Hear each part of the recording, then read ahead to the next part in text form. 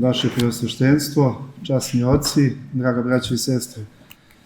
Evo nas u drugoj nedelji Velikoga posta i kao i prošle godine, tako i ove, u ciklusu tribina Pravoslavni mladi, ovaj period posta trudimo se da organizujemo tribine koje imaju veze sa samim postom, a samim tim i sa našim hrišćanskim životom, i ovaj ciklus tribina smo nazvali Velikopostni ciklus tribina. Prošli put smo imali gosta arhimandrita Vasilija Kostića, koji je govorio, tumačio priču o bludnom sinu, o povratku u zajednicu, i možemo reći da smo tim predavanjem i počeli ovaj ciklus Velikopostni tribina. Večeras imamo zadovoljstvo i čast, veliku duhovnu radost da je sa nama profesor Bogoslovskog fakulteta Univerziteta u Beogradu, profesor i bogoslovije Svetog Jovana Zatoustog u Kragujevcu, profesor dr. Zlatko Matić, protođakon. On će večeras, kao što ste vidjeli na samom plakatu i u najavi, održati predavanje na jednu veoma zanimljivu temu: bez dana gospodnjeg ne možemo. Ja bih poželao dobrodošlicu protođakonu Zlatku i zahvalio mu se na njegovoj ljubavi i odvojenom vremenu i pored njegovih velikih obaveza, što na fakultetu, što u bogosloviji, što u eparhiji Vraničevskoj, da izdvoji svoje dragoceno vreme i da dođe ovde u Valjevo i da nam posvedoči njegovo iskustvo, njegovo doživljaj nedelje i teološko objašnjenje ovoga dana koji je za nas hrišćane najvažniji dan. Ja ne bih dalje dužio.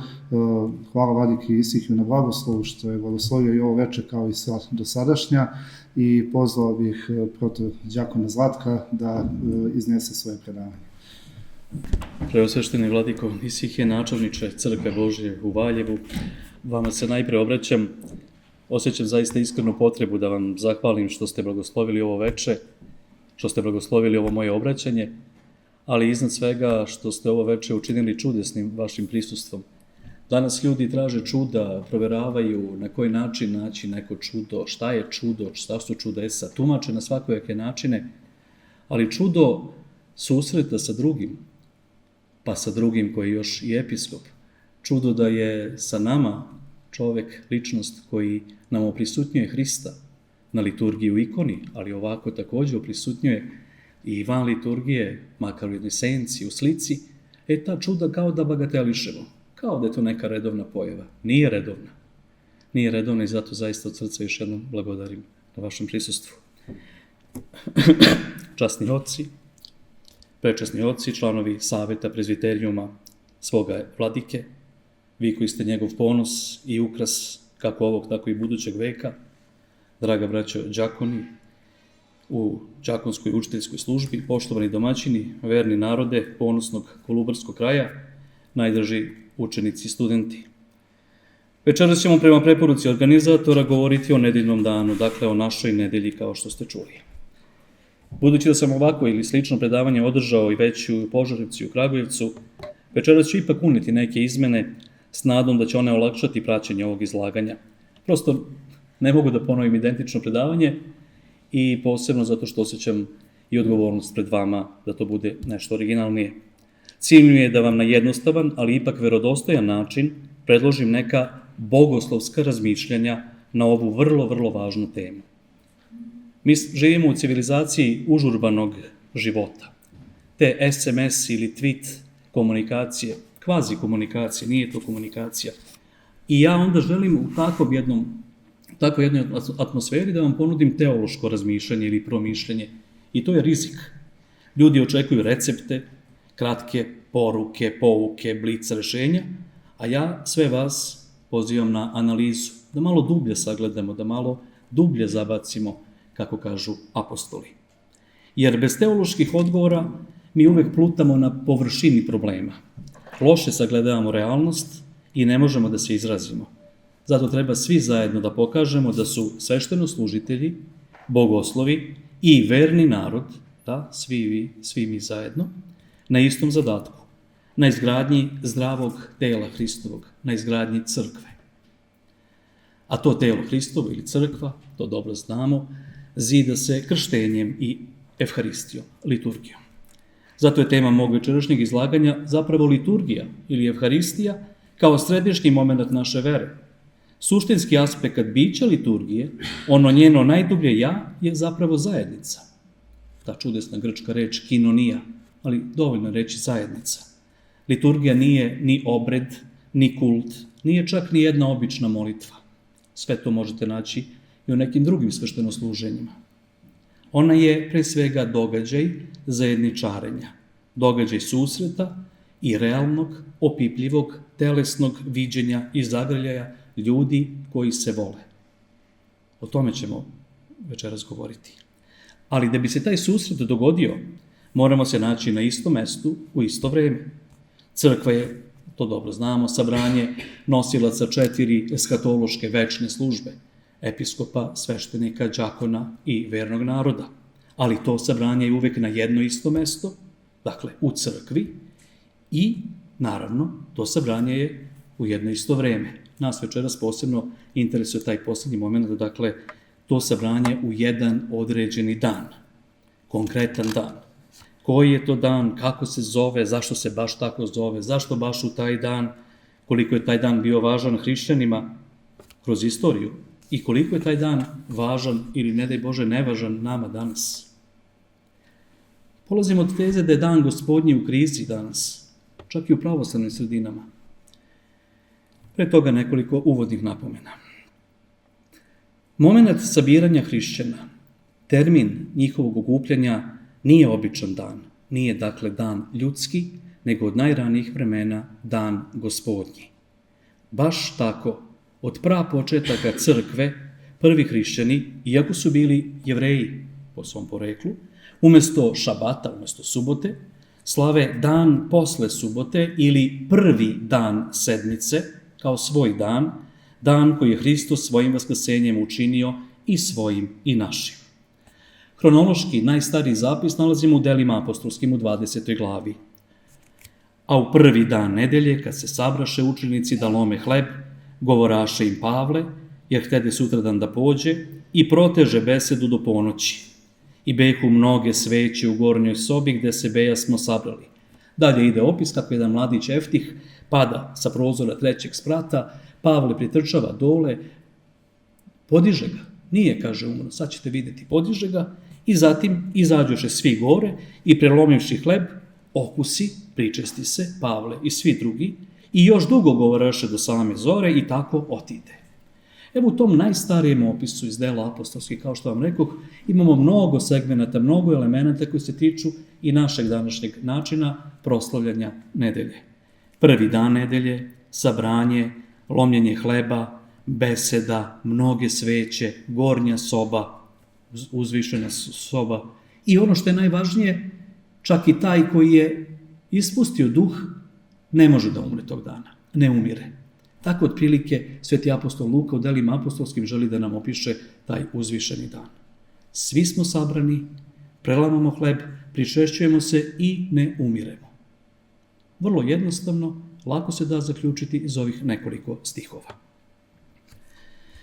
Taj dan pod imenom Dan Gospodnji našli smo u Otkrivenju Jovanovom. Čitamo 1. glava, odmah 10. stih, da autor, pisac, sveti Jovan kaže: bejah u duhu u dan Gospodnji.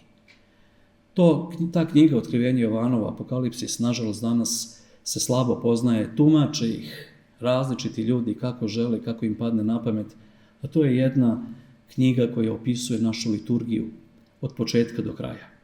Od početka do kraja. A ove reči, budući da se Duh Sveti naziva duhom zajednice u Svetom pismu, u stvari znače bejah na liturgiji u nedelju. Vrlo jednostavno. Mi smo nekako izgubili taj erminevtički ključ, taj način tumačenja tako jedne složene knjige, jer smo malo zaboravili da smo deca budućnosti, da smo eskatološke ličnosti, da čekamo Gospoda, da je On tu. Više smo se nekako okrenuli istoriji, pa zbog toga ove reči nekad zvuče malo čudno, teško da se protumače, a nije tako. Onaj ko se redovno hrani telom Hristovim, koji se pričešćuje, sve dublje i dublje zalazi i uviđa da se radi o jednom opisu liturgije. Ali bejah u duhu u dan Gospodnji. Ovo vam rekoh, taj i takav dan, tako bitan našoj hrišćanskoj braći prvih vekova, je danas u krizi. Jedna je stvar to što je on u krizi ili što ga ne poštuju oni kojima taj dan i ovako ne znači ništa, koji nisu hrišćani ili nisu crkveni. Pa se na taj način, tog dana organizuju različite akcije, sve to možete vidjeti. Lov, sport, takmičenje učenika osnovnih i srednjih škola, kolokvijumi, ispiti, pa čak i predavanja nedeljom. Danas se tako to radi, ali šta ćemo, svet u zlu leži i to možemo očekivati. Problem je, ako mi hrišćani taj dan ne shvatamo dovoljno ozbiljno, pa i mi počnemo malo da ga jednostavnije razumemo i da ga tek onako, rekao bih, ispunjavajući religijsku obavezu, proslavljamo ili ritualno odradimo. Svi će govoriti, nedeljom se ne radi, ne znam, ne štrika, ne plete i tako dalje, ali dubinski razlog svemu tome neće naći čak ni mnogi hrišćani. Pre nego što mi uđemo u dublju, da kažem, bogoslovsku analizu svega ovoga, ja ću samo dati nekoliko tih filoloških pretpostavki, malo da vidimo šta taj dan u različitim jezicima, kako se izgovara i zašto baš tako se govori, u zavisnosti od porekla reči koji je u osnovi. Vrlo jednostavno, na grčkom se zove, rekli smo, Kyriaki, od Kyrios, od gospod, dakle, nešto što se direktno tiče gospoda. A gospod je onaj koji je gospodar neba, zemlje, smrti i života. Dakle, samo onaj ko gospodari nad smrću može biti gospod i onda se ovaj dan zaista zbog toga naziva njegovim. Slično i na latinskom jeziku, od Dominika imamo sve ove ostale reči na italijanskom, španskom, francuskom, portugalskom, dakle na romanskim jezicima, čak i na rumunskom. Dakle, opet dominus gospod, opet direktan prevod, nešto gospodnje, gospodnji dan u ovom slučaju. Druga grupa naziva potiče od imenovanja dies solis, dan sunca, to verovatno znate. Toga ima u germanskim jezicima, nemački, holandski, engleski, skandinavsko krilo germanskih jezika, danski, norveški i tako dalje. A svi već znamo, kao retkost, jedno predivno svedočanstvo, stoji naravno ruska reč vaskrsenije, koju, eto, zato što se baš tako kaže nedelja, ne treba posebno ni tumačiti i u potpunosti je saglasno sa onim o čemu sam na početku govorio. Osim u ruskom, u svim ostalim slovenskim jezicima potiče od staroslovenskog nedjelja i odatle imamo i srpski, i ukrajinski, beloruski, bugarski, poljski, slovački, češki i ostale slovenske reči sličnog zvučenja. Ovaj naš naziv povezan je sa idejom o danu kad se ne dela, kad se ne radi, ali je, nažalost, od tog izvornog značenja ne radimo ništa svoje jer idemo na sabranje sa braćom, počelo da se shvata previše individualistički i legalistički, a to nam je došlo sa zapada, od katolika. Evo jedan kraći ekskurs, samo da vam pokažem kako se u kasnoj srednjovekovnoj ikonografiji katoličke crkve počeo javljati motiv svete nedelje kao neradnog dana, strogo zapovešću vezanog neradnog dana, koji se nikako ne sme prekršiti. Gresi rada nedeljom obnavljaju muke Isusovi. Tako nastaje Hristos nedelje. Ovaj prikaz je usledio verovatno nakon kuge, tamo znati sami polovinom 14. veka, jer je posle kuge katolička crkva proglasila mnogo obaveznih dana, mnogo nedelja i tako dalje. Ovo kad govorim ne znači da vas ja pozivam da radite nedeljom, nego želim da vam ukažem na to da nije poenta priče u tome. Imamo mnogo dublje elemente koji nedelju uzdižu iznad svega. Vidite i ovde na ovim izobraženjima, to su bili dani kad je trebalo da se svi ljudi uzdržavaju od poslova koji ometaju njihovu molitvu. Zato su na freskama naslikani svi nedeljom zabranjeni alati, pa ćete vidjeti kose, vile, grabulje, srpove, čekiće, nakovnje, motike, lopate i tako dalje. Upozorenje onima koji rade u dan nedeljni da veliki greh prave i da zbog toga mogu biti kažnjeni od Boga. Taj odnos zakona i kazne nije saprisno sušan, nije naš. Znate, zakon i kazna kad se postave, to znači imate neku obavezu, a kad imate nešto što morate da radite, gledate da to izbegnete. Ali ako je to duboka želja vašeg bića, nedeljno sabranje, onda nisu potrebni zakoni, kazne, pretnje i tako dalje. Mi pravoslavni hrišćani to malo slobodnije gledamo i zato sam napravio samo ovaj mali ekskurs o tome raditi, ne raditi i tako dalje. Nije centralna ideja priče u tome. Dakle, da se vratim na osnovnu nit predavanja, ona različita imenovanja hrišćanskog dana nedeljnog očigledno pokazuje da su se ljudi na različite načine trudili da ipak označe ovaj dan kao nešto posebno. Dakle, nije običan dan. Ovo je jako bitno. Na ovom insistiramo. Nedelja nije običan dan. Ne znam, možda je najlakše da napravimo paralelu sa praznikom Paske, Vaskrsa. Znate, verovatno, posebno studenti i svršeni teolozi, znate verovatno da postoje podele praznika, gospodnji, bogorodični, svetiteljski i tako dalje, ali Vaskrs nigde ne možete udenuti. On je praznik nad praznicima, on ne može da uđe u standardno računanje praznika. Tako nešto slično i nedelja. Iznad je sedmičnog ciklusa. To vreme je posebno vreme. Ponavljam, nije naše. To je Božje vreme. Vreme koje je Bog osveštao posebnim činom, vaskrsenjem Isusa Hrista. Taj dan nedeljni ne želi da uđe u klasičan kružni, ciklični tok. Brojite, pa druga nedelja, pa treća, pa četvrta i tako dalje. Ne želi da uđe u rutinu prolaznosti. Ne želi da uđe u tok, jer tok znači i protok. Proteče, ode. Ne želi tako. Ne želi da ga vreme ili onaj stari hronos jede i pojede kao što je inače radio sa svim što se nađe na putu. Znate sami kako se predstavlja antički bog Hronos. On porađa svoju decu, pa ih jede, pa porađa, pa ih jede i tako postoji time što porađa smrt.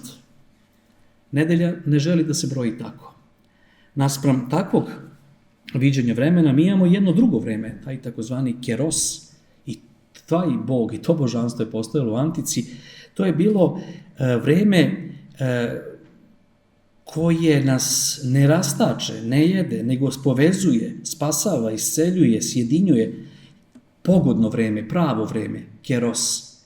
Svaki episkop i svaki đakon znaju da kad na početku kreću liturgiju kažu vreme da se služi Gospodu, vladiko, to je taj keros. Vidjet ćete nešto kasnije. Sad je pravo, pogodno vreme.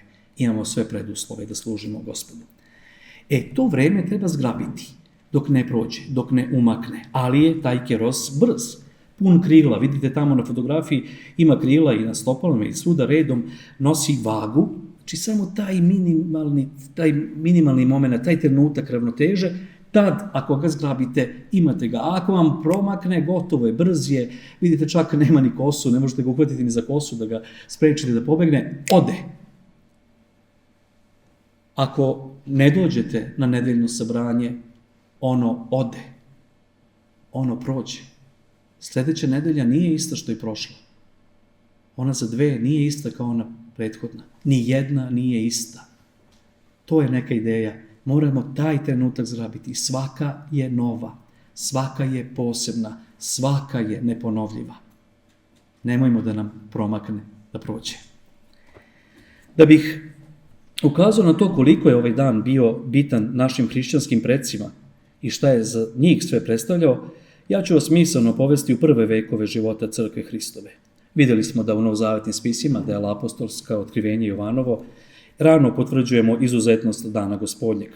Slično i sa drugim ranohrišćanskim spisima koji nisu iz korpusa Novog Zaveta. Tako je, na primjer, Didahi, učenje 12 apostola, jedan spis sa samog kraja 1. veka, koristi jedan izuzetan čak pleonazam, govoreći o sabiranju vernih na Evharistiju. U Gospodnji dan Gospoda, sabravši se zajedno, lomite hleb i tako dalje. Možemo prevesti, naravno, u nedeljni dan Gospodnji, ako je nedeljni već je dan Gospodnji, ali kao da želi dvostruko da podvuče autor koliko je to poseban dan. Naravno, to je u nedelju Gospodnju, ali ponavljam, mnogo je bitno bilo hrišćanima. Taj dan nije za bilo koga, to je naš dan i ne damo ga. Već u najranijim spisima naše hrišćanske braće prvih vekova nalazimo i razlog uzvišenosti toga dana.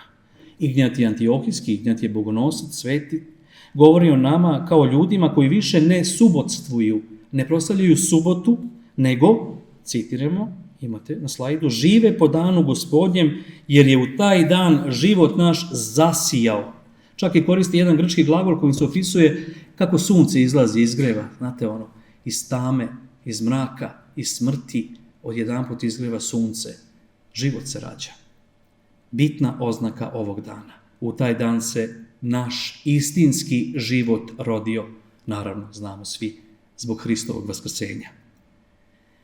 Ova veza sa vaskrsenjem bila je ostala oznaka pravoslavne crkve do današnjeg dana. Zaista specifična odlika pravoslavlja je to da je alfa i omega našeg života Vaskrs. Nažalost, zapadni hrišćani su svoje misli suviše zakvasili istorijom, pa je njima ključni moment taj veliki petak i to što se tada desilo, Hristova smrt, Hristovo stradanje. Nedelja vaskrsenja, kako je zovu, dođe kao neki estetski dodatak, a ono što je ključno već je urađeno na krstu i u Hristovom stradanju.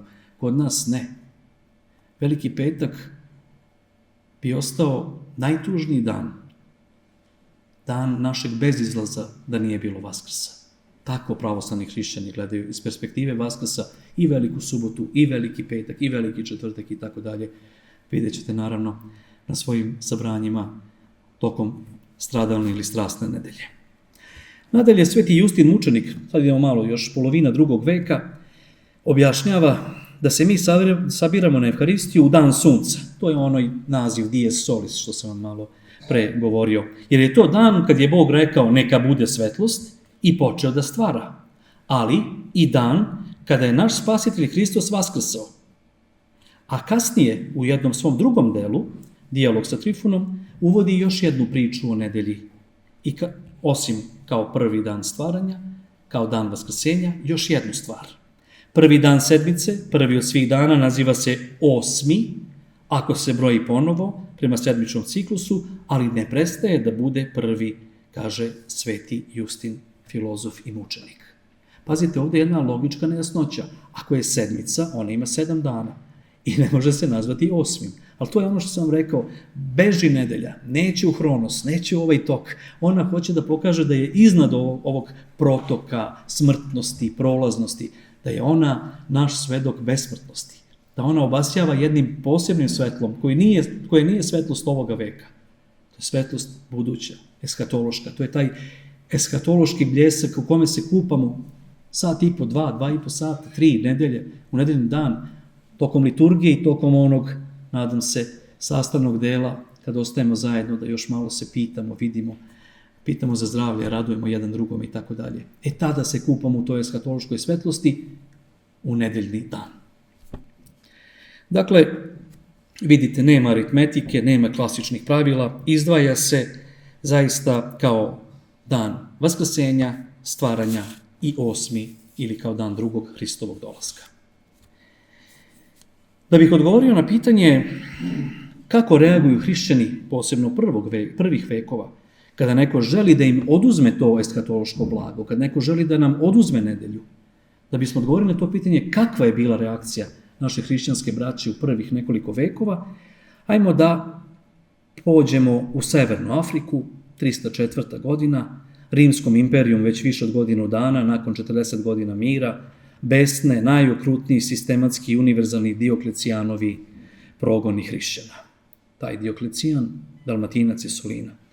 Izdato je nekoliko edikta kojim se traži uništenje crkava, zabrana hrišćanskih okupljanja, oduzimanje svetih spisa, s kojih čitamo, tako, hapšenje vladika, smrtna kazna za sve one koji neće da prinesu žrtvu imperatoru kao caru i Bogu.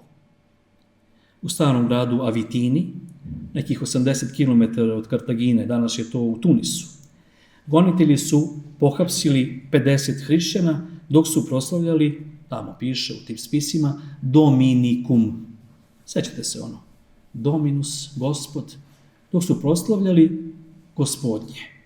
Šta Gospodnje? Samo tako stoji, samo kao pridev, bez imenice. Gospodnje. I sve su ih pohapsili. Primetili su neki naučnici da su hrišćani pristajali na to da nešto malo i žrtvuju. Možda ako baš treba nešto da daju, a da ostanu u sabranju, neka uzmu te knjige i tako dalje. napisat ćemo druge, uzet ćemo druge, prepisat ćemo i tako dalje, ali kad je u pitanju bilo to rasturanje sabranja, nisu hteli da popuste. Uzmi, kao da kažu uzmi šta hoćeš, ali ovu našu zajednicu, ovaj naš događaj sabranja, to ne možemo da ti damo. Sad ćete čuti da se o tome i radi. Šta je, dakle, sve to gospodnje? Dominikus dies, dan gospodnji, ili gospodnja večera, ili molitva gospodnja, oracio Dominike, trpeza gospodnja, sve i svašta može pod tim Dominikom da se smesti. Dominikum kod svetih otaca, da vidimo samo. Sveti Jeronim na jednom mjestu kaže, u Antiohiji Dominikum koju zovu Zlatna počeli su da zidaju. Pa naravno, crkvu, hram, što bismo rekli, čak i to nazivaju tim čudesnim imenom. Kiprijan kaže na jednom mjestu, vi mislite nekima tamo, spočitava nekim bogatašima koji ne pomažu braću, vi mislite da ispravno slavite Dominikum, dakle, nedelju, ili da ispravno služite Dominikum, liturgiju, a ne poštujete prinos, u crkvu, u Dominikum ili na liturgiju dolazite bez žrtve i još uzimate nešto od siromaha. Dakle, kao što vidite, jedna ista reč, široka lepeza značenja. To je onda jedan duboko tehnički termin koji je poznat samo hrišćanima. Najčešće smo tako pisali. Braća, oni od puta. To su sve bili tehnički termini koje smo mi razumevali hrišćani, a gonitelji nisu znali šta to može da znači. Oni od puta. Mislim da su neki koji idu na hadžiluk, neko pokloničko putovanje. A u stvari oni od puta je bilo, put je Hristos, ja sam put, istine i život. Oni od puta su zapravo oni Hristovi. Tako smo imali neke tehničke termine koje smo samo mi razumevali, ovi drugi nisu. I tako da i sa Dominikom očigledno ta ista stvar. Dominikom ukazuje na nedelju, liturgiju, evharistijski prinos i čak i samu crkvu u kojoj se hrišćani kao crkva sabiraju. Hram postaje crkva kad se saberemo na liturgiju. I on i mi, svi zajedno, blagoslovom naravno episkopa. Da se sad vratimo ovim avitinskim učenicima. Šta je za njih Dominikum? Šta je to bilo vredno njihovog stradanja? Šta to zaista ne daju? Jedan od islednika prema tim aktima kaže da ga ne interesuje da li su oni hrišćani ili ne, nego da li učestvuju u slavljenju Dominikuma. Baš to okupljanje hrišćana bilo je osobito zabranjeno. I onda, u ime svih, jedan štec, emerit, izrekao je čuvenu rečenicu Sine Dominico non possumus. Bez gospodnjeg ne možemo. Ne možemo. Niti šta gospodnjeg, niti šta ne možemo. Samo ove 4 reči. Bez gospodnjeg ne možemo. Ajde da vidimo dalje iz akata da razumemo šta. Šta ste radili, pitaju mučitelji. Slavio sam Dominikum sa svojom braćom. I opet ponavljam. Bez Dominikuma ne možemo biti. Čak na jednom mestu, umjesto glagola moći, glagol biti. Pita ga dalje prokonzul, da li si bio na sabranju? A ljuti se jedan od naših mučenika pa kaže, pa kao da može postojati hrišćanin bez Dominikuma? Ili zar se Dominikum može slaviti bez braće, bez hrišćana? Zar ne znaš, satano, da je u Dominikumu hrišćanin i u hrišćaninu Dominikum ustanovljen? Na neko drugo pitanje jedan odgovara, nedelju sam proslavio duhom vere, sabrao sam se sa svojom braćom jer sam hrišćanin. Čujte šta je vera. Duh moje vere je moje sabranje sa braćom. Nemojte misliti, često pod utjecajem zapada mislimo da je vera skup nekih intelektualnih odredbi koje mi moramo naučiti napamet pa kad ih ponovimo, mi smo ta vera. Nije. Vera je, verovali vi meni ili ne, da dođete u nedelju na liturgiju. Ili evo, to je pravoslavna vera. Šta kaže čovek 15-20 minuta pre nego što će biti ubijen? Nedelju sam proslavio duhom vere. Sabrao sam se sa svojom braćom jer sam hrišćanin. To je moja oznaka hrišćanstva. Pita još jednoga Saturnina, jesi li ti prisustvovao? Kaže, pa hrišćanin sam. Kaže, ne pitam te to, nego da li si bio, da li si činio, da li si učestvovao u tom Dominikumu ili napravio Dominikum. A ovaj kaže, jesam, učinio, bio na Dominikumu, jer to je Spasitelj Hristos. Pogledajte, gde se on nalazi, Spasitelj Hristos. Prema svjedočanstvu hrišćana na samrti, u sabranju nedeljnom sa braćom. Tamo je Spasitelj, tamo nam je spasenje. Dakle, bez Gospodnjeg ne možemo, šta? Ne možemo živjeti, raditi, postojati, pa sve to. Taj Dominikum je suštinski razlog našeg postojanja, naša osnova bića, naš identitet, naše najdublje ja. Drugo ime hrišćana. Ovdje postoji jedna mala opasnost da kad stvarno kličemo svi nedelju vam ne damo, postoji opasnost da neko pomisli da je nedelja po sebi, sama po sebi tako nešto sveto. Imamo mi tu neku mogućnost, nažalost u našem umu, da mislimo da nešto postoji sveto po sebi. Ste nekad razmišljali šta se dešava sa evanđeljem, svetim pismom na liturgiji? Ono je nekad u ranoj crkvi stojalo u jednoj prostoriji van crkve. Otprilike kad je sada mali vhod kod nas na liturgiji, episkop blagoslovi đakonu da ide da donese evanđelje. I onda to evanđelje ulazi u zajednicu. I odjedanput od neke knjige koja je bila tamo negde, stajala, počinje da biva živa knjiga, živa reč, živi logos, živi Hristos. Pa kad đakon čita evanđelje, mi pevamo slava tebi, Gospode, slava tebi. U događaju zajednice i mrtve stvari oživljavaju. Samo tako možemo razumeti i nedelju. Nije sveta po sebi. Sad ćemo vidjeti kako i ona dobija svoju svetost u odnosu, u relaciji, u zajednici nas, hrišćana. Dakle, nije dan po sebi kao takav centralni moment. Postoji jedan preduslov da bi taj dan postao sveti ili gospodnji. Termin sabranje, sinaksis, okupljanje na latinskom kolekta, nalazi se bar 20 puta u ovom tekstu o mučeničkom stradanju ovih svetitelja. Suštinski moment za slavljenje Dominikuma jeste sabranje braće na istom mestu.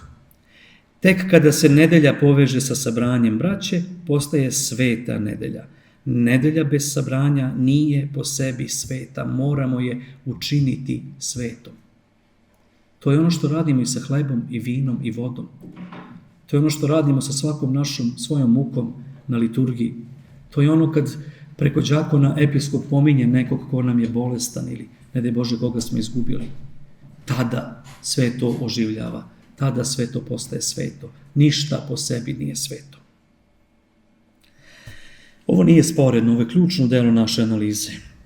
Do dan danas udžbenici, priručnici liturgike koji se koriste u nekim našim pravoslavnim školama navode čitav niz preduslova za služenje liturgije. Tamo ćete naći čitav popis. Kanonski sveštenik, osvećene sasude, materija, svete tajne, hleb, vino, voda, odgovarajuće odežde i tako dalje. Naravno, sve je to potrebno. Ali, sabrani narod Božji, vernike, kao preduslov, gotovo niko ne pominje.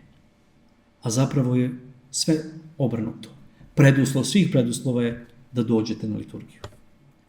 Šta mi možemo bez vas? Svi mi koji smo u mantijama. Šta mi možemo bez vas? Ni narod Božji ne može ništa bez svojih klirika, ali verujte, recipročno je. Direktno je povezano. Zato si kaže u ovim tekstovima, sabro nas je u jedinstvo ljubavi Hristove sam Bog trojični.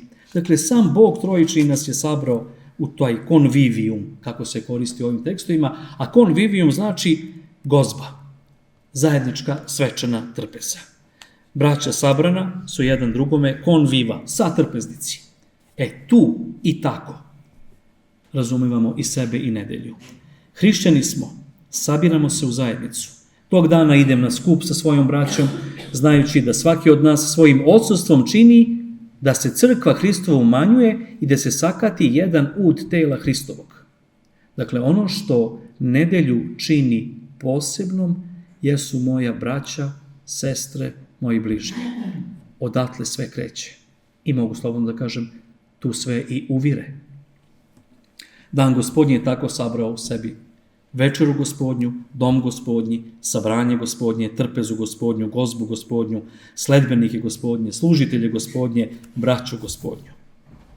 A moment susreta svega ovoga je ono što ja malo pre rekoh, kad đakon dođe kod vladike i kaže: imamo, vladiko, preduslove, sad je pravo vreme da služimo liturgiju, tu je narod, čekate, povedi nas u susret Bogu Otcu, povedi nas u budućnost. Tako se sagledava nedelja i kao dan budućnosti i kao naš ulazak u budućnost. I tako počinje nakon toga, kao što svi znate, Evharistija, radost novog veka, 8. dana, novog carstva. Počinje dakle radost.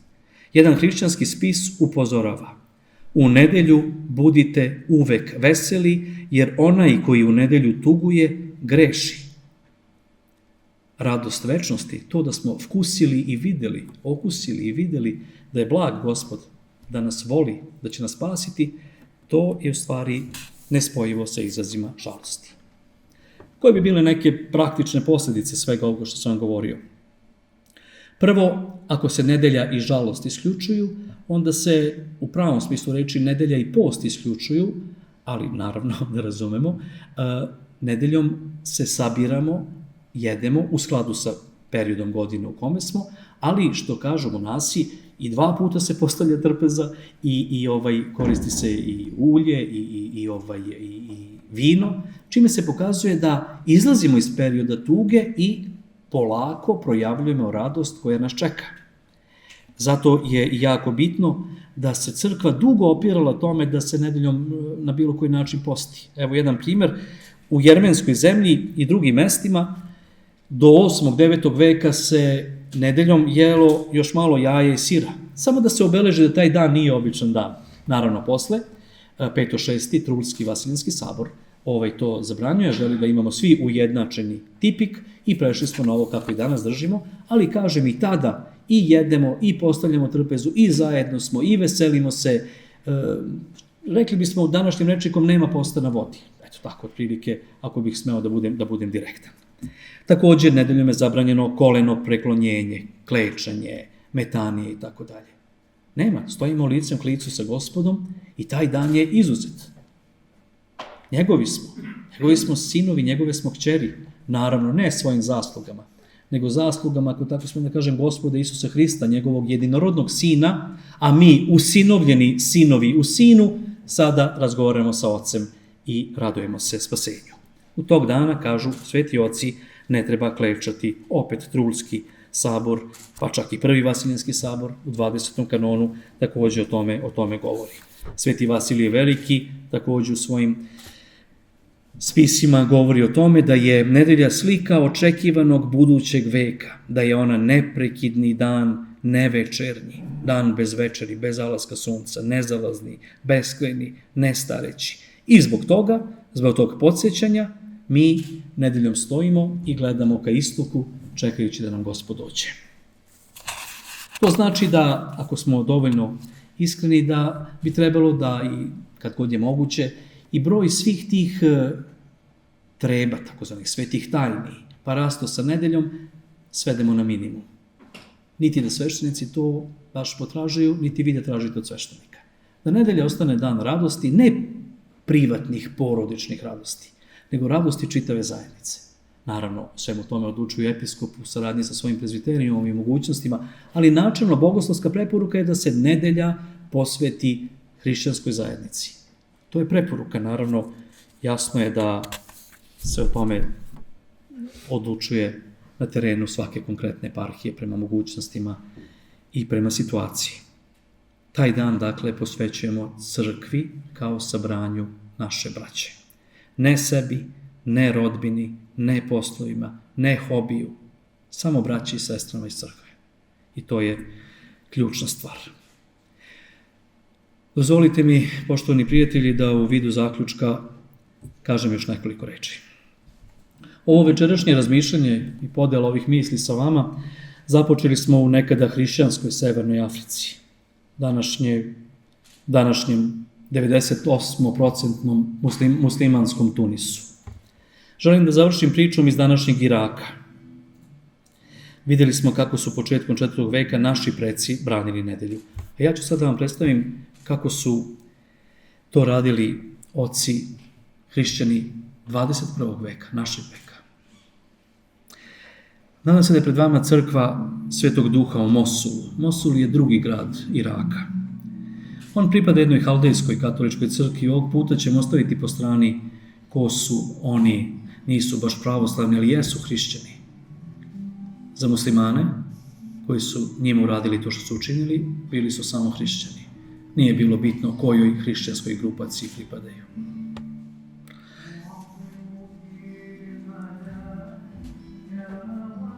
Ovo je glas oca sveštenika Rahid Gani se zove. Moj kolega iz Rima, vršnjak, mjesec dana stariji od mene. Zajedno smo živjeli u Irskom koledžu u Rimu. On je išao svoj fakultet, ja na svoj. Čujete kako peva, kao što samo istočnjaci mogu da pevaju. Sa svojom zajednicom. Često smo razgovarali, Rahid i ja, o tome šta ćemo po završetku studija i naravno obojica pričali kako bez diskusije vraćamo se svojim crkvama, svojim zajednicama, svojim zemljama, da tamo služimo. Kaže on meni, to zapadnjaci ne mogu da shvate, oni to drugačije gledaju, što zbog, iako je postao kasnije njihov, on je govorio, odnosno njegova crkva je takozvana katolička crkva, unijatska, on je govorio zapadnjaci, drugo smo mi, drugo su oni. Oni to ne mogu da shvate. Oni imaju tu univerzalističku viziju, ne znaju oni šta znači lokalna crkva, otići u svoju crkvu, tamo služiti svom narodu sa svojim episkopom i svojom braćom. Ja sam se vratio 2002. u Srbiju, on nešto kasnije u Irak. Tamo je ubrzo, svi znamo, to krenuo haos. Mosul je postao centar islamske države. Počeo je strahovit progon hrišćana i ja zaista upoređujem taj progon sa Dioklecijanovim progonom. Kao nekad Dioklecijanu, islamistima je smetalo sabiranje hrišćana. Pazite, ista stvar. Oštro su pretili Rahidu da ne otvara crkvu, da ne sabira narod, da ne slavi nedelju. A on im je odgovarao, a kako ću ja dom Božiji, Dominikom, je tako? Kako ću ja dom Božiji da ostavim zaključanim? Pretnje su postojale sve direktnije. Majka njegova je često molila da ne ide više da se služi, nije više šala. A on je rekao, dok i posljednji član moje zajednice bude dolazio na liturgiju, posljednji, ja ću ostati sa njim, do posljednjega. Ugledao se očigledno na avitinske mučenike. Nedelju ne da, Dominikum ne da, liturgiju ne da, braću ne da, pričašće ne da. Ne samo rečima. Bio je 3. juni 2007. nedelja prva po duhovima, nedelja svih svetih. Oslužio otac Rahid liturgiju, ostao sa svojim narodom, pa su pošli kući on, trojica đakona i supruga jednog od đakona. Seli su u automobil, ali su ih naoružani islamisti opkolili. Okružili i izbacili iz auta. Pitali su ga, zar ti nismo 3 puta zaredom govorili da ti zabranjujemo da se sabirate u crkvi? On je već bio oboren na zemlju, pa je dao znak samo očima jednoj đakonisci da se izmakne i one sve opisale i po tome znamo to završetak njegovog života. A on je gonitelju samo jedno rekao, bez nedelje ne možemo živjeti. Onda je krenula oštra rafalna paljba po njima. Sva 4 Hristovih služitelja su plotunima sasečena, mučenički su postradali. Pa su im čak tela i onako rascepana kišom metaka nisu dozvolili hrišćanima da pokupe, vezali dinamitom za auto i ostavili tako tokom čitave noći. Hrišćani u Iraku, malo bogatiji, skupili novac, potplatili, izvukli njihova tela baš onako kao što se radilo u prvim vekovima hrišćanstva, nekako tokom noći preuzeli i sutradan sahranili. Zanimljivo, ali poučno da kažem, i njegov vladika je također nekoliko mjeseci kasnije isto postradao kao i ovaj sveštenik. Čak su i Rahidovu nadgrobnu ploču pocepali, skrnavili mu grob. Lokalna zajednica tamošnjih već proslavlja kao svete mučenike i to svete mučenike za nedelju, za liturgiju, za sabranje, ali za nedelju. taj proces njegove beatifikacije, to je kod katolika složena priča, je pokrenut, ali što se tiče lokalne crkve, lokalne zajednice, ja mislim što se tiče svih hrišćana koji ovako poštuju duboko mučeništvo, oni su već mučenici za Hrista. Ne za bilo šta i za bilo koga, nego za Hrista. Za nedelju, za Hristovu nedelju, za jedinstvo sa trojičnim Bogom, sa Ocem Gospoda našeg Isusa Hrista, kroz bližnje, za njih su oni postradali. Dakle, kako u 4.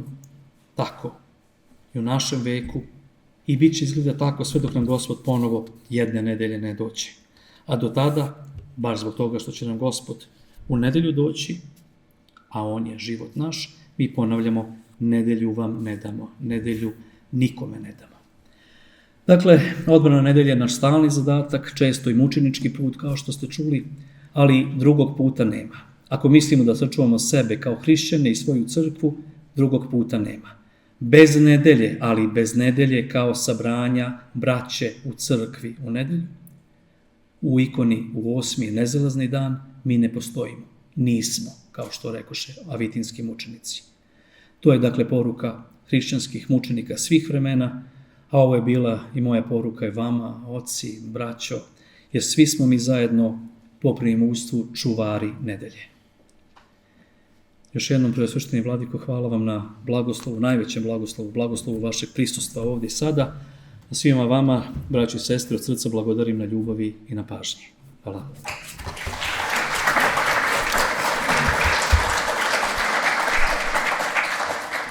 Hvala puno protođakonu Zlatku Matiću, profesoru našeg Bogoslovskog fakulteta Univerziteta u Beogradu, na ovako divnom izlaganju i divnom svedočenju naše vere i vraćanju nas svih i ovde prisutnih i oni koji nisu i koji će čuti ovo možda i preko medija na one suštinske momente o tome šta je nedelja i šta je istinsko proslavljanje nedelje. Evo, za početak pitanja, Vladika. Hvala očima nadahnutom predavanju. Zaista, Dan Gospodnji jeste naš život i zaista svi mi koji tako verujemo treba da učinimo taj prvobitni podvig da se sabiremo u nedelju i da sve svoje ljudske sposobnosti usmerimo na to da prisustvujemo što je moguće više, jer možemo da prisustvujemo na raznim nivoima i u različitoj meri u taj dan, kao i na drugim događajima. Nažalost, živimo u ovom vremenu gde se to dosta zapostavlja, zanemaruje i u našoj crkvi postoji ta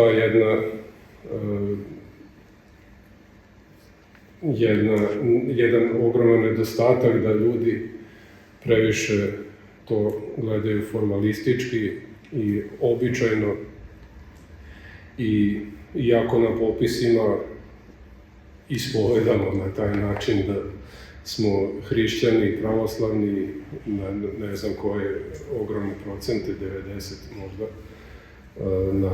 u Dan Gospodnji, u nedelju, to se tako ne pokazuje. I upravo smo imali prvu nedelju Velikog posta i postoji jedan običaj ovde koji od ranijih decenija se ustanovio da ljudi nekako u petak dolaze na pričešće. To samo važi u Valjevu, uglavnom mislim po drugim mestima. Nisam to čuo, ali dolaze na tu liturgiju pređeosvećenih darova. Kažu da je zato što je bio pijačni dan u Valjevu petak, pa su koristili to ovi koji dolaze iz okoline, pa su ujedno i dolazili da se tada pričeste i onda je crkva izlazeći, snishodeći možda i previše tome, služila tu liturgiju pređosvećenih darova rano ujutru i onda su ljudi samo nailazili, pričešćivali se i išli dalje svojim poslom. Pa mi pokušavamo da edukujemo ljude, da ih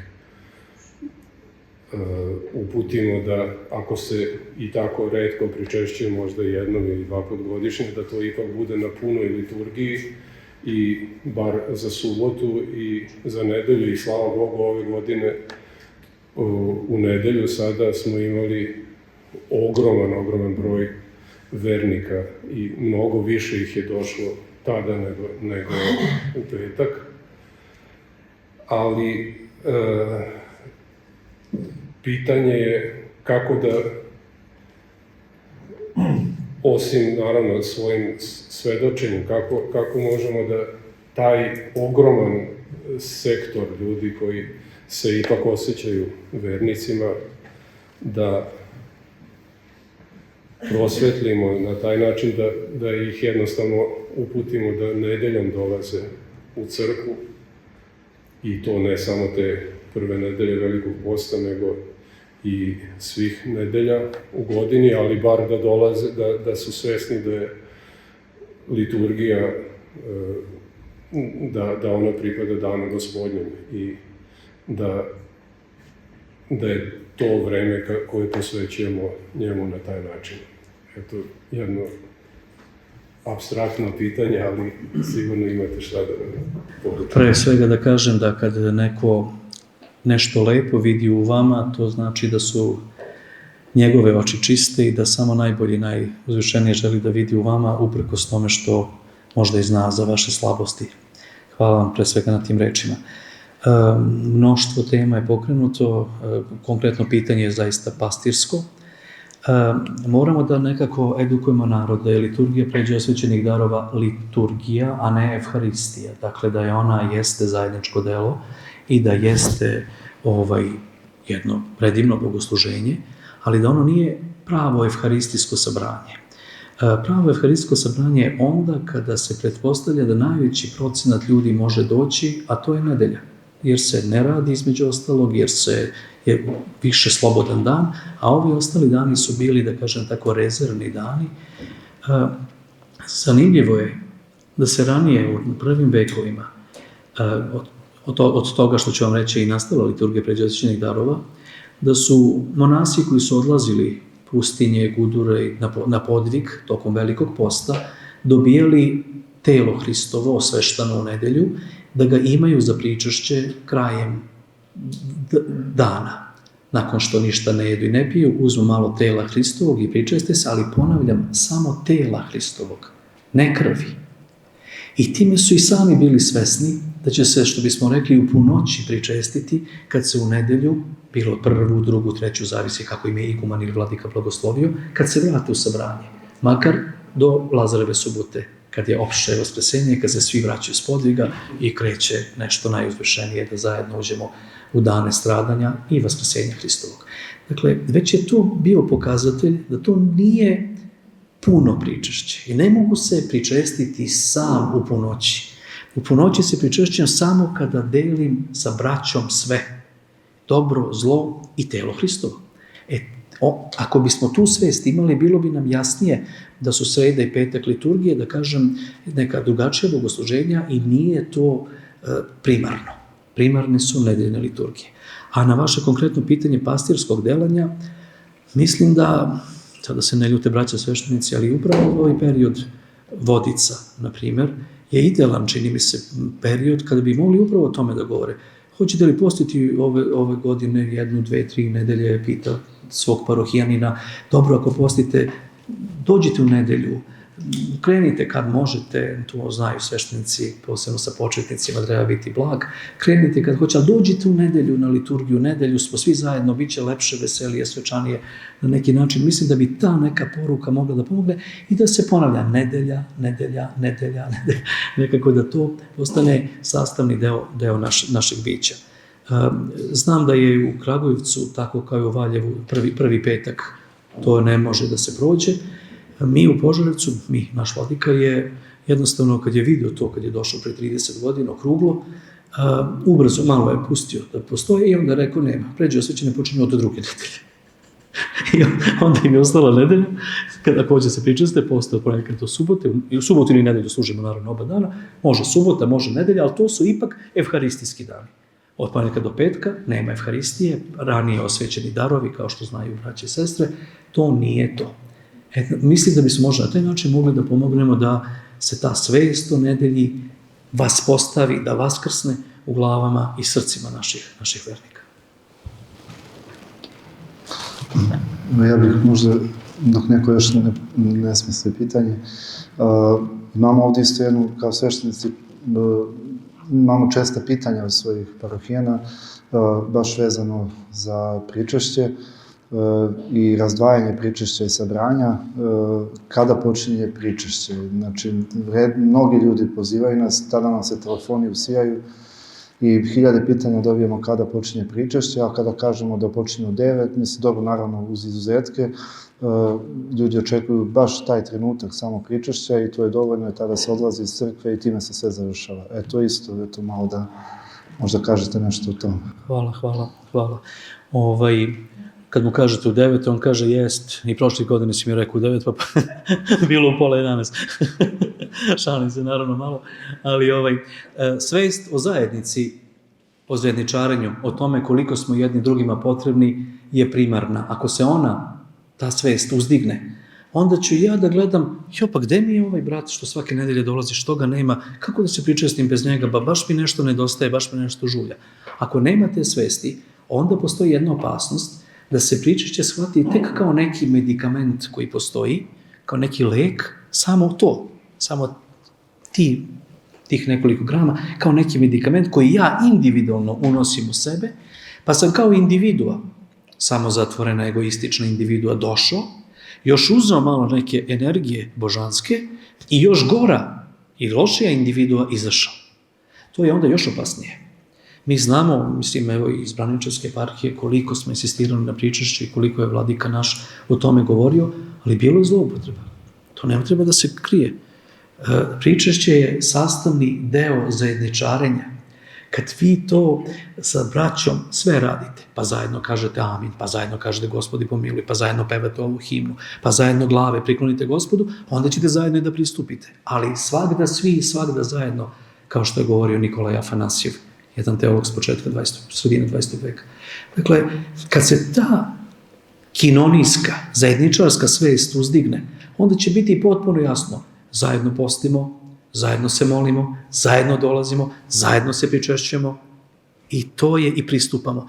Onda će, nadam se, polako ti slobodni strelci, kojih se mi ne odričemo, to je jasno, nikako. Crkva je ona koja je sa Hristom raširila ruke na Veliki petak, svi su nam dobrodošli. One priče, on je bio ovakav, bio ova stranka, bio ona stranka, to nas ne interesuje. To su žive ličnosti koje Bog voli, a mi smo telo tog Boga i mi ih volimo. Dobro su nam došli, zapamtite to. Tu nema prepreke, nismo mi ti koji stavljamo branu. Ali ako se ta svest uzdigne, onda će i ti slobodni strelci da se svedu na minimum. Uvek će ih biti, jer protestantska svest je jaka, muka je to teška. Uvek će ih biti, ja proučavam Bibliju, ja sam došao do nekih svojih zaključaka, ja tako i tako radim, nema ja u crkvi bez mi. Nema. Mi ispovedamo, mi govorimo, mi se sabiramo. Bez nas nema liturgije, nema evharistije. Ako nema evharistije, nema ničega. To je ono što sam vam govorio. Kad đakon uvidi da je sve spremno, da je tu narod Božji, prvo, sveštenici i ostali, da je sve spremno, kaže vladici, sad može, dođi vladiko, kao da kaže dođi Gospode. Isto Maranata. Dođi vladiko, vreme je, pravo je, pogodno je vreme, idemo u eskaton, idemo u carstvo. Ta svest, nadam se, kad ona se malo razvije, razbukti, a može se razviti samo ako iskreno volimo taj svoj narod, kad se to još više razbukti, onda će se rešiti to pitanje tih preletača, ili ne znam kako je nazovem, dođe u 10, 10:15, pričesti se i ode, niti koga vidi, niti koga zna, niti ga interesuje bilo ko, to nije crkva, to nije hrišćanski pristup. A možete nam nešto reći, pomenuli ste u predavanju povezanost liturgije, to je sabranja i, da kažemo, liturgije, uslovno rečeno posle liturgije, to je trpeza ljubavi, vezano eto i za naše zajednice u našim sredinama u kojima živimo i za manje zajednica i za veće. Kako je moguće to obnoviti, kako, na koji način, da kažem, da ljudi učestvuju, da, što ste rekli malo pre, da se vidimo posle liturgije, da sednemo, da popričamo. Upravo je to nastavak ovoga što smo malo pre govorili, ta zajedničarska svest se time posebno razvija. Prosto nije nam liturgija neki obred. Bili smo, završili šta treba i sad svi se razbežimo svojim kućama, ne znam, uz neke svoje porodične ili privatne poslove. Nije to pun pogodak. Nije to večernje, nije to jutrenje. Nije akatist. To je sveta Evharistija, blagodarenje svih nas za dar, što postojimo, što smo živi, što smo hrišćani, što smo pravoslavni, da podučimo i to, i što smo u mogućnosti da dođemo da se pričestimo. To blagodarenje svih nas za tu neopisivu radost koju nam je Gospod dao. Ali nekako i sami verovatno osjećate, ja gledao sam i kad sam bio u nekim zemljama gde nije bilo je pravoslavnih crkava, ali nije bilo pravoslavnih parohijskih domova. Tu preko puta negde neki kafić, nešto, oni moraju negde da sednu, jedna kafa, nešto da podele zajedno, ali ne mogu tek tako da se raziđu. Prosto ne može, nešto vas još vuče, neki magnet, ja se nadam da je to magnet ljubavi, nešto vas još vuče da još malo budete sa braćom i sestrama, prosto ne možemo tako lako da se rastanemo. To je jako bitno, gde ima parohijskih domova, to je neuporedivo lakše, gde nema, snalazimo se kako znamo, ali to povlači jedno drugo. Onda se i povećava zajednica, taj cement ljubavi, kako govore nekad sveti oci, se još i više učvršćuje i onda ćemo usput napraviti i taj parohijski dom. Napravit ćemo neki krov nad glavom, da imamo gde se sabiramo. To jedno drugo povlači, to i sami znate. To prosto ide jedno s drugim. Prosto moramo još malo da ostanemo zajedno, se pitamo za zdravlje, da se celivamo, izgrlimo, izljubimo. Znate sami, radost, ljubav, što se više deli, više ih ima. Tuga, što se više deli, manje ima. To radi hrišćani međusobno. Dele radost, dele tugu. Prosto, kad prođe sve to i vi se na ulici susretnete sa nekim, sa kim ste se pričestili u nedelju, ne možete da prođete kao jedan pored drugog, kao da ne postoji. Opet podela osmeha, pozdrav, to su sve vrlo jaki hrišćanski simboli naše zajednice. Evo, otac Darko, izvolite jako. Profesore, govorili ste o nedelji prevashodno kao nedelji kao dana Gospodnje i u odgovoru kasnije na pitanje govorili ste o pređeosvećenoj liturgiji koja je u zavisnosti od te nedeljne liturgije Euharistije. U kom odnosu bi tu onda mogli da stavimo ili kako ostale liturgije koje služimo ostalih dana, bilo da su to svetiteljski praznici, bilo da su to radni dani kada se služi liturgija, dakle, da li tom Euharistijom taj dan postaje danom Gospodnji ili je to opet u nekoj vrsti veze sa nedeljom, dakle, i taj praznik i kako prosto ta relacija, nekako mi se čini samo da je ostao za još taj jedan segment i da nam pojasnite malo ako možete. Može, naravno, pitanje je odlično i potpunosti na mestu. I zaista ostaje prevashodni dan Gospodnje i nedelja, zato što pretpostavljamo da se tada može čitava ili skoro čitava zajednica sabrati. I zato je to par excellence po primućstvu dan Gospodnji, dan Evharistije. Naravno, ako postoje mogućnosti da se zajednica na evharistijsko sabranje sabere i nekim drugim danom, na poziv episkopa, u nedelju episkop kaže u četvrtak je Vaznesenje, Spasovdan, dođite i ima uslova, i vi se složite kao klirici njegovi da ima uslova, pozovete ga da služi Evharistiju. Gde se episkop pojavi, služi se Evharistija po primućstvu. Ali sve liturgije od ponedeljka do subote zavise od one nedeljne i od one buduće nedeljne. Sve što smo radili od ponedeljka do subote, radili smo na osnovu impulsa prethodne nedelje sa ciljem ulaska u narednu nedelju. Najbolje ću vam to objasniti kroz primjer hrišćana u dijaspori. Naši hrišćani u dijaspori, znate sami, rade, ne mogu da se okupljaju od ponedjeljka do subote, samo mogu nedeljom i pokazuju pravo stanje stvari. Nedelja im je dan kad svi dođu, čitave porodice. A sve svetitelje i sve velike praznike koji se dešavaju u ponedeljak, utorak i sredu, proslave u prethodnu nedelju. A sve koji su u četvrtak, petak i subotu pominju u narednu nedelju. Nekako sve što uradimo mora da uđe u nedeljni putir. Tu nalazi ispunjenje, smisao, pečat, eskatološki, taj bljesak se tu projavljuje kao kupanje u svetlosti budućeg veka.